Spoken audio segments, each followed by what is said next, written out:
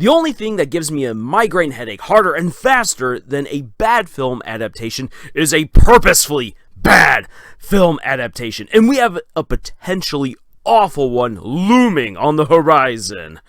So I'm going to let off some steam and see what kinds of writing advice we can mine out of this growing debacle forming around Amazon's Rings of Power, and they're not so really an adaptation of Tolkien's works.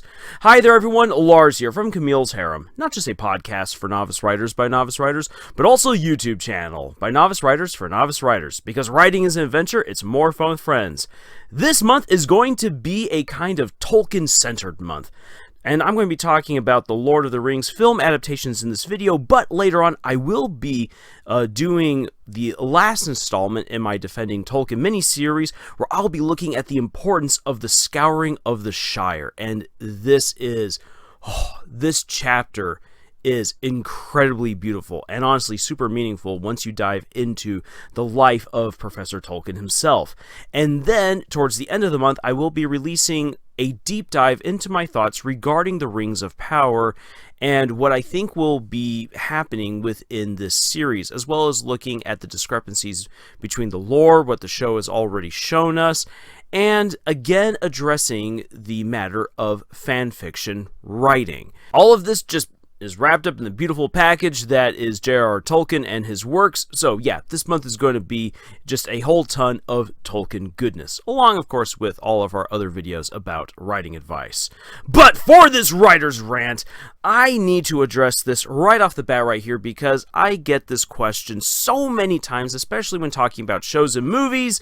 Yes, I have studied video and movie making for many years. And honestly, I love the idea of taking a fun story and turning it into something that is either a film or a movie. And I personally reject the notion, I reject the idea, I reject the claim from so many film aficionados out there that there are certain books that cannot be adapted for the screen.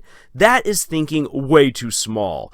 I think that with enough imagination, good writing, good direction, and positive teamwork, even if you don't have a big blockbuster budget, that you can create a wonderful and faithful adaptation to any story out there. But I fear that Amazon Prime has taken my opinion and reversed it. That so long as you have the biggest blockbuster budget of all time, who needs good writing, or good direction, or healthy teamwork, or imagination to make a great adaptation of Middle-earth's Second Age? And this has been an endemic issue in recent storytelling, really mostly in Hollywood, but we can also kind of see it dripping on over into writing books. That doesn't matter how you write your story so long as it has one or two redeemable, marketable, or interesting qualities that can override all of the bad writing. Hey, look, we have this really fun actor in this obviously horrible movie. Oh, look at this, we addressed this contemporary issue. The movie sucks, but we addressed this issue. Or, ooh, a famous person wrote a really awful book. You're going to read it because it's because it's this famous person. This book is full of smuts, therefore you're going to read it, even though it is full of grammatical issues, the characters suck, and everything else. Yes, I am taking a jab at 50 Shades of Grey, even though that trend is long done. The fact remains is that people believe that they can get away with shoddy storytelling by having just one or two things that shine brightly, diamonds in the muck. It just kind of reminds me of the old Smurfs episode where Brainy Smurf wrecks everything in the village by getting all the other Smurfs to focus on a gimmick rather than on the passion and skill of their different crafts that keep the village running.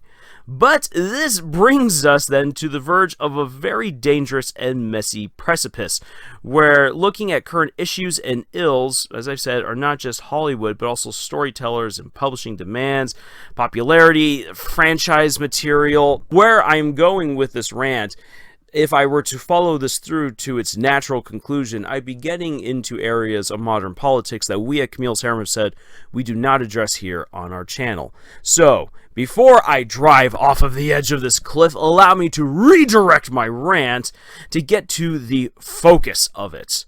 the matter of adaptations and what we can learn as writers from film adaptations. So, getting back onto track, how can we even qualify what makes a good adaptation?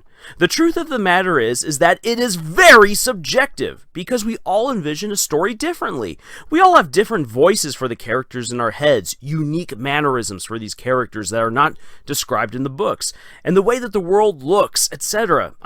For instance, just have a look at the Stormlight Archive. The vast majority of people after the first two books thought that the Alethi, the main ethnic group within the story, were just super tall Romans. But then Brandon Sanderson said, actually, I kind of envisioned them as more Korean in appearance.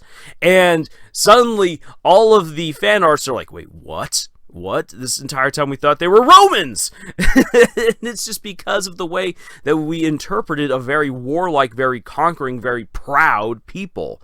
So, given the discrepancies between all of our collective imaginations, how can we then determine the qualities of a good adaptation that could be universally accepted? Well, based on many arguments and what people have said all across the internet and in forums, at comic conventions, we have to agree that no adaptation will be 100% accepted or adored. Not even Peter Jackson's masterpiece of the Lord of the Rings trilogy, which is just a phenomenal adaptation, not even those movies are 100% accepted. A lot of people have recently been coming out of the woodwork saying, well, it's really not that great of a movie. Allow me to disagree on a personal level, but there we have it. So, what are then some qualifiers that could at least unite us around what a good film adaptation should be? Well, again, based on the common threads and common denominators and intersecting points across all of these different arguments, I have 5 that I can reasonably rely on. First is this: the movie or show must follow the core story beats and character arcs. Number 2, it should not widely deviate from the established canon and world building.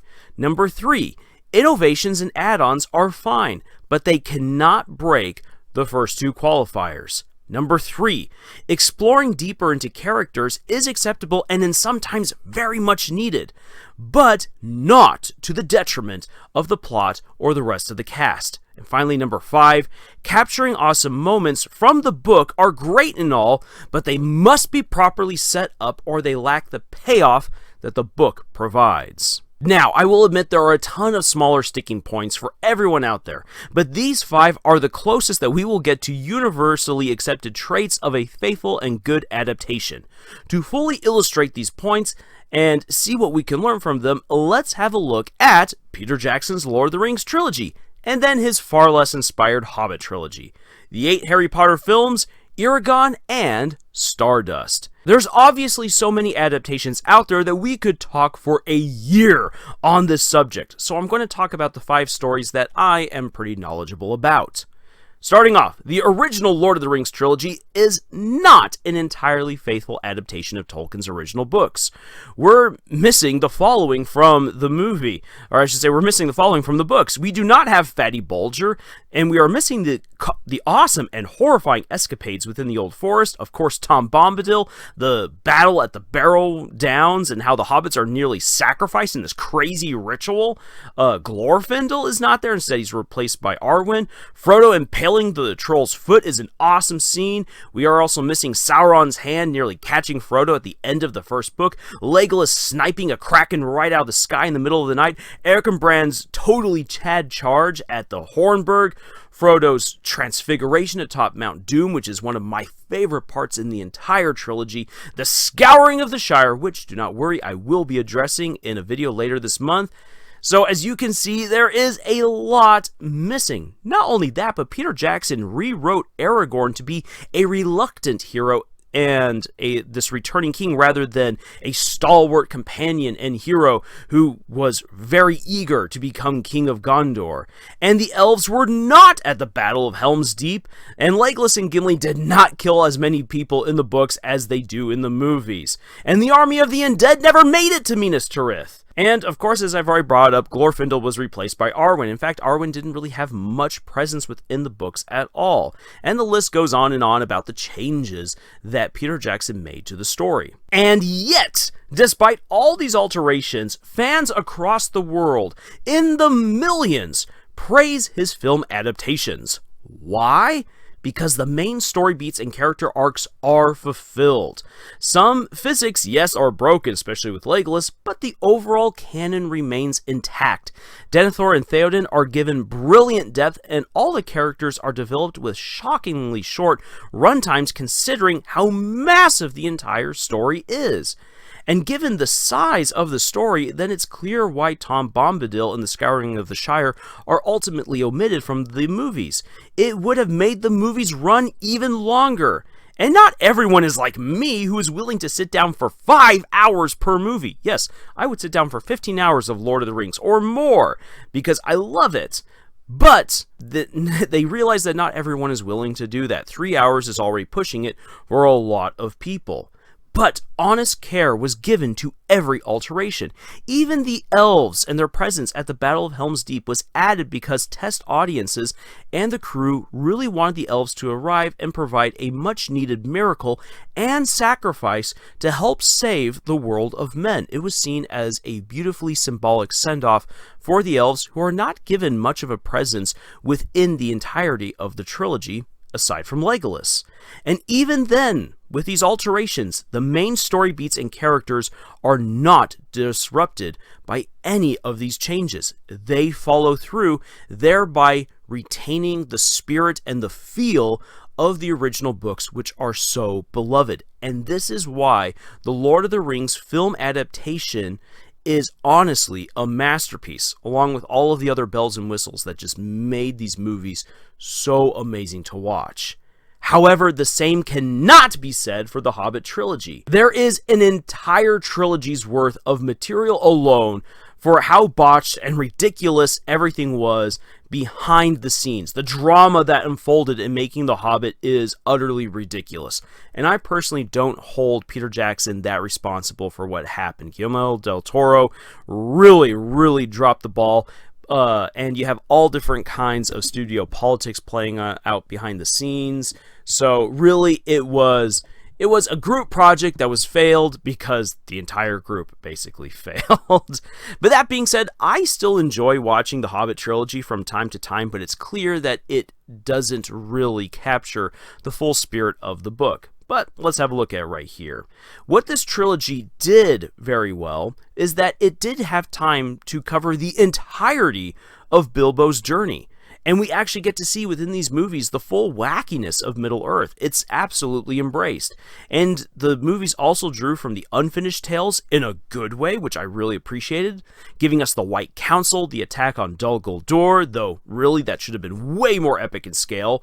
We get Bard the Bowman, who receives way more character development, which I really enjoyed, as well as many other characters in the cast. I really liked seeing the individuality for all of the dwarves, which doesn't really come through in the book other than for Balin and, of course, Thorin. And Smaug was freaking amazing.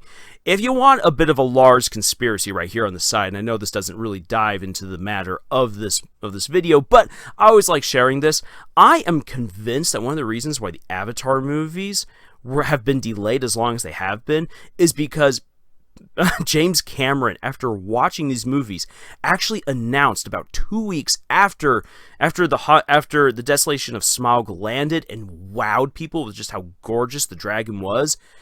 James Cameron threw a fit that Peter Jackson had taken his technology that he had developed for Avatar and had taken it to the next level. While the world of Pandora and the Na'vi are beautifully rendered, Smaug was something else. He was huge. He was magnificent. He was majestic. And James Cameron was like, I have just been shown up in my own game with my own technology. This shall not stand. And he pulled the plug on everything and went back to square one to develop new technology to make the upcoming Avatar movies look even better than what Peter Jackson had done. So yeah, Smaug the Dragon, beautifully done. And there's a lot that the movies got right. The Hobbit Trilogy is a pretty well done story, all things considered.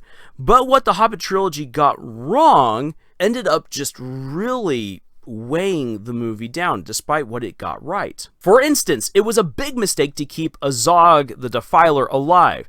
No, it should have been his son, Bolg. Bolg is the one who's seeking for revenge, and that would have been a very interesting story to actually delve deeper into.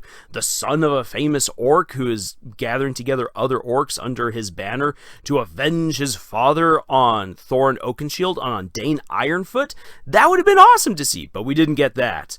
And then the romance between Killy and Tariel was just too much. I actually do like the idea of a dwarf and an elf falling in love, but this was not the story to explore it in. It ended up taking way too much time. It was too distracting, and this relationship, as interesting as it is for me, didn't actually do anything to progress race relations between the dwarves and the elves like Gimli and Legolas's friendship does.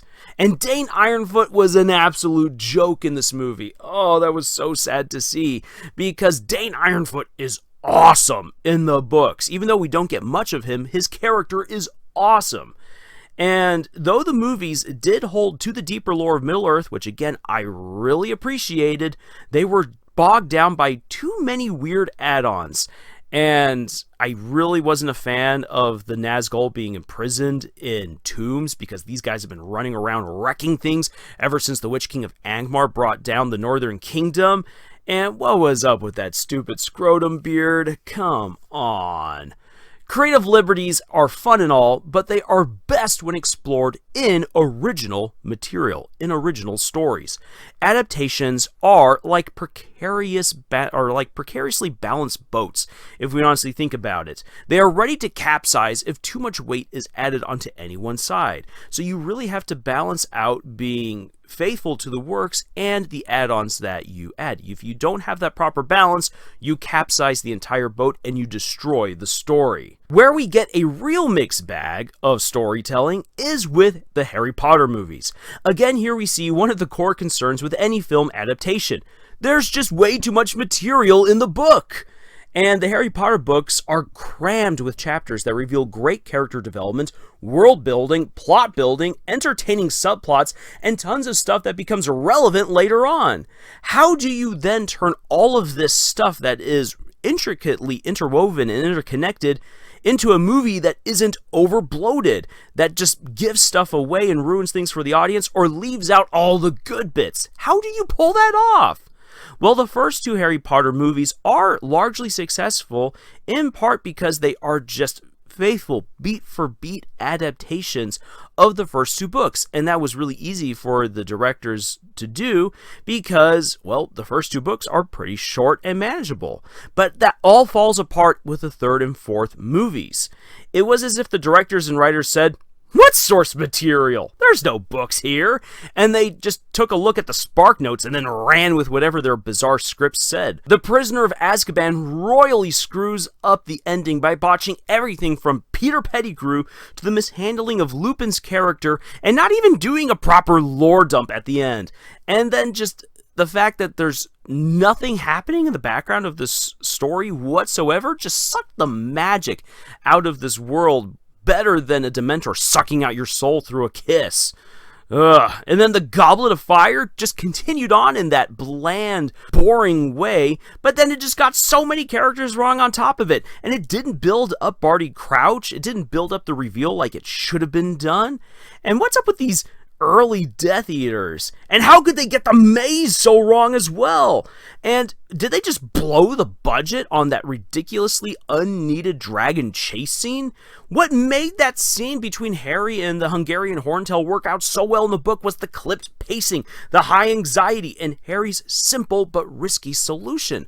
The part where he's facing off against the dragon is barely nothing within the overall much larger chapter.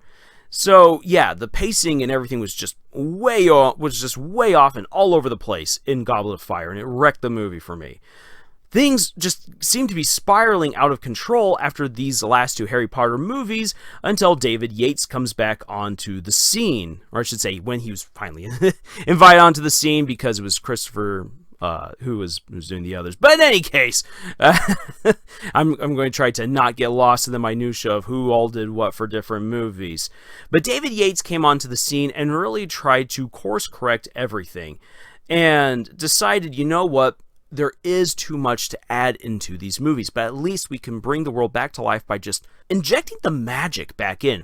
Things are happening all over the place, and they took a lot of the subplots within the books and they translated them into background scenes in the movies, so that way, even if the camera didn't focus on them, if you're an eagle-eyed fan of the Harry Potter franchise, you'll be able to recognize what's happening with all of the different characters that you love throughout the book, so long as you're paying attention to what they're doing in the background. And that makes these movies fun to watch multiple times over. And so yeah, even though a lot of things had to be cut, they still managed to hold true to, once again, the major beats of the story. They held true in large part to the characters, and they explored various aspects, especially what was happening with Draco in the 6th movie. That was really, really well done. I really appreciated that. So, yeah, the movies are really an odd, interesting mixed bag where the first 2 are just completely faithful, or almost completely faithful to what happens there in the books. Then the next 2 movies, movies 3 and 4, just go off and do their own thing and are just like, what the heck were you doing? And then the movies 5 through 8 really then try to be as faithful as they can be, but realize that they have to axe quite a bit of stuff, because by that point, the books are just massive. Now, one movie that completely ruined its adaptation was Eragon. Jeremy Irons may have been an inspired choice for Brom, but beyond that, everything was bad. The core relationships that Uragon has with everyone except Saphira and Brom were horribly rendered. They omitted friendships, they advanced a failed romance, and it's just so much more. Looking more into Durza's character was cool, but his powers were so OP and off the rails that it broke the world building. And the final battle was lore breaking, and a lot of the scenes were just... A lot of the scenes that were essential to the progression of the overall story to actually make this into a franchise were omitted, or botched, or changed in such a way that they ruined where the story should have gone. And what's up with these Urgles? And it's just, I have no idea what was going on here. And even if you step back and you're like, no, this is not based on a book, I'm just going to watch this movie for what it is still bad. It is still bad because they just hopped around from cool moment to cool moment without actually thinking about through threads of storytelling. Why do we get from scene A to scene C? What's the matter here with scene B? Oh, there is no scene B. We just jumped from A to C. And as a result of doing that, the story just sucks because there's so much character development, so much plot progression, so much world building that doesn't make any sense. One of the reasons why the Uragon adaptation sucks is because the storytelling sucks. I enjoy reading the book. I've read the book so often that it's falling apart, at least the copy that I have, but you wouldn't get any of that through the movie because the movie was not just poorly adapted, it was poorly written. The story was just bad. So yeah, that's why it sucked. And I think that's one of the things that we'll have to come back to focus on later on here in this rant, is that if you want any sort of story to work, you have to come back to what makes the story actually work. How do you write a good story? Now, where Eragon went entirely off the rails, one film adaptation that almost feels like an exception where it wholly deviates from its source material is Stardust. The book, written by Neil Gaiman, is a fantastic adult take on fairy tales. Gaiman told a story full of magic, folktale tropes, and quirky characters that take unexpected, more mature turns by the end of the book. The movie, on the other hand, leans far more into the fantasy elements of the story and delivers a far more romantic, fairy tale-like ending.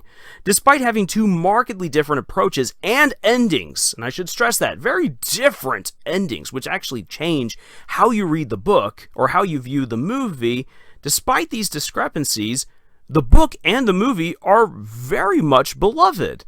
And why is that the case? So despite having these very different approaches, The movie does share the same major story beats, world building, and character arcs as the book does. And what we then get is a fascinating comparison and contrast in storytelling, where the exact same premise and world are used to tell instead two different but still satisfying stories. This actually proves then the strength of Neil Gaiman's story by showing that it functions wonderfully and meaningfully because he had solidly built his characters and his world, that using those two things you could still tell a different story. So as long as the movie held true to those things, they could play with the story beats and deliver a fun but ultimately different tale. Now, because Stardust is such a wonderful exception, and you should definitely watch or read Stardust if you haven't already done so, but because Stardust is such a wonderful exception where a film adaptation did things very differently from the book, does that mean that Amazon's Rings of Power can do the same? Well, that remains to be seen. I will be watching and reviewing the entire series here on Camille's Harem. However, I will give you a sneak peek down into my upcoming video about, well, my thoughts and my observations so far about the Rings of Power. And it really hasn't been too encouraging, we'll put it nicely. For instance, I've already brought this up in an earlier video. Galadriel was not a warrior princess during the Second Age. She was a powerful magical queen who wielded her wisdom and magic to halt Sauron's progress in his war against the elves. And here's another thing. The Númenóreans were experiencing a golden age of technology, magic, and conquest at the end of the Second Age. So why do they look like they're just coming out of the late Bronze Age here in all the stuff that we've seen? And why is Celebrimbor an old grumpy elf when he's actually far younger than Galadriel, and he's also described basically as a wide-eyed romantic who loves creating stuff? And he's one of the kings of the Noldor. We don't see any of that right here. Characters and people just really seem off in this adaptation. Now, these might be interesting alterations because, as I've brought before, even Peter Jackson changed up the characters, such as Aragorn. But it still feels like there's something missing, which makes these alterations feel a little dangerous. What's the show even about? Is it about Sauron's rise to power? Then why aren't we actually seeing Sauron? We're just hearing people talk about him. Is he the leader of a cult or what? I actually know the story, and I'm not seeing anything of the canon story here in any of the trailers or teasers. And so then that makes me wonder, what are we actually seeing in this deluge of promotional material? I have not seen a singular story to tell me what to expect. Even though I know what to expect, I don't know what to expect of the show. And the showrunners just constantly are feeding us rotten BS bologna sandwiches by telling us details that run immediately counter to the established canon that their show is supposed to then immediately flow into, like the number of orcs. They're like, oh yes, there's only like a few thousand orcs left. How do we go from a few thousand orcs to the battle on the slopes of Mount Doom?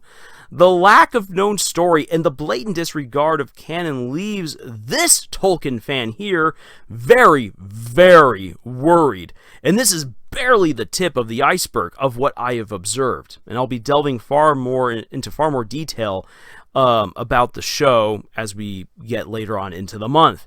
So if you're interested in that breakdown, please make sure that you subscribe and that you ring the bell icon so you're notified for when that video drops.